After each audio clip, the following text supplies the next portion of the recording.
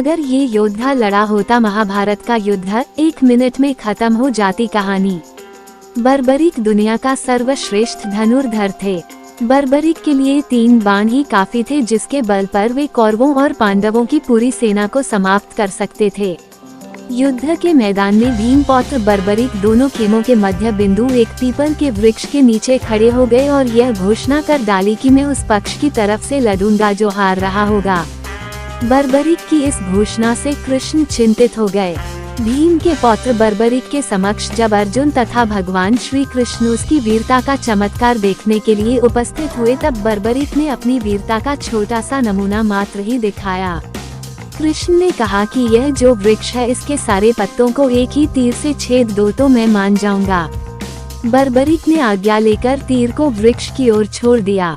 जब तीर एक एक कर सारे पत्तों को छेदता जा रहा था, उसी दौरान एक पत्ता टूटकर नीचे गिर पड़ा। कृष्ण ने उस पत्ते पर यह सोचकर पैर रखकर उसे छुपा लिया कि यह छेद होने से बच जाएगा, लेकिन सभी पत्तों को छेदता हुआ वह तीर कृष्ण के पैरों के पास आकर रुक गया। तब बर्बरीक ने कहा कि प्रभु, आपके पैर के नीचे एक पत्ता दबा है, कृपया पैर हटा लीजिए, क्योंकि मैंने तीर को सिर्फ पत्तों को छेदने की आज्ञा दे रखी है, आपके पैर को छेदने की नहीं। उसके इस चमत्कार को देखकर कृष्ण चिंतित हो गए। भगवान श्री कृष्ण ये बात जानते थे कि बर्बरीक प्रतिज्ञावश हारने वाले का साथ देगा।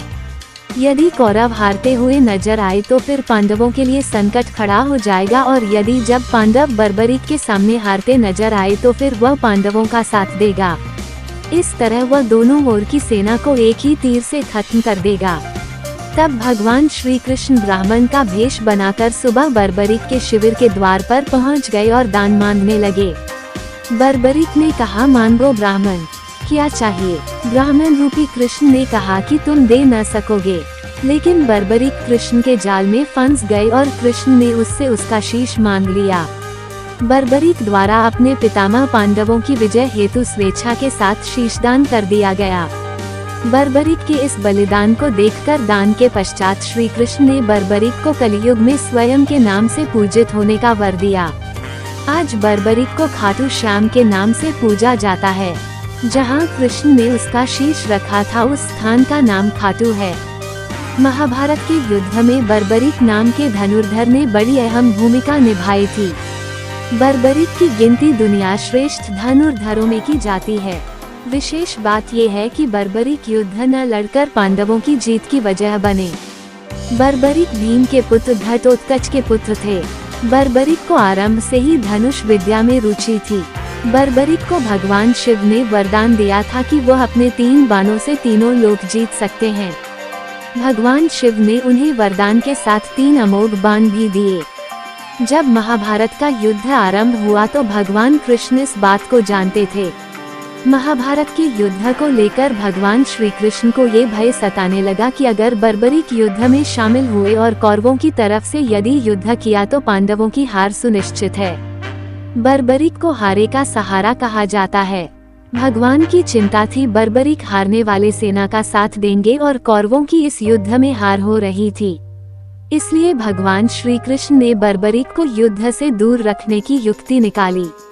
वेश बदलकर भगवान श्री कृष्ण अर्जुन के साथ बर्बरीक से मिलने पहुँचे। बर्बरीक युद्ध के लिए निकलने ही वाले थे।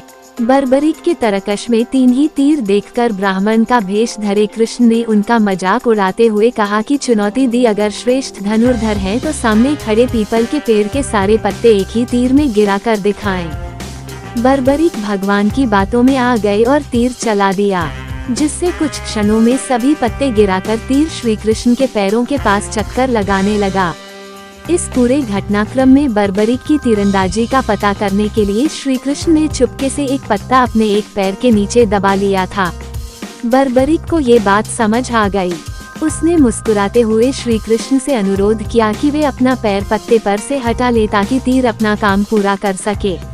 जब श्री कृष्ण को यकीन हो गया कि बर्बरीक जिस तरफ से भी लड़ेंगे दूसरे पक्ष की हार तय है, इस पर उन्होंने पूछा कि बर्बरीक किसकी तरफ से युद्ध करोगे, तो बर्बरीक ने उत्तर दिया कि अपनी मां को वादा कर चुके हैं कि जो पक्ष हारेगा वो उसी की तरफ से युद्ध लड़ेंगे।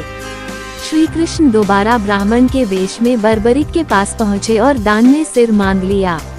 बर्बरीक महान धनुर्धर होने के साथ बात के भी धनी थे और वचन के पक्के थे। बर्बरीक ने अपना शीश काटने से पहले भगवान से विनती की वे सिर्फ एक बार अपने वास्तविक रूप के दर्शन करा दें। भगवान कृष्ण ने विनती स्वीकार कर ली और अन्य कोई इच्छा बतलाने को कहा। तब बर्बरीक बोले कि वो कटे सिर के साथ ही पूरा युद्ध देखने की इच्छा है। श्री कृष्ण ने उनकी इस इच्छा को पूर्ण किया और बर्बरीक का सिर समीप ही एक पहाड़ी, जिसे खाटू कहा जाता था, वहां स्थापित हो गया। यहीं से बर्बरीक ने पूरे युद्ध को देखा। इसके बाद श्री कृष्ण ने बर्बरीक को एक वरदान दिया कि कलयुग में लोग उसे कृष्ण के अवतार की तरह पूजेंगे। आज इस स्थान को खाटू मंदिर के नाम से जाना जाता है, जहाँ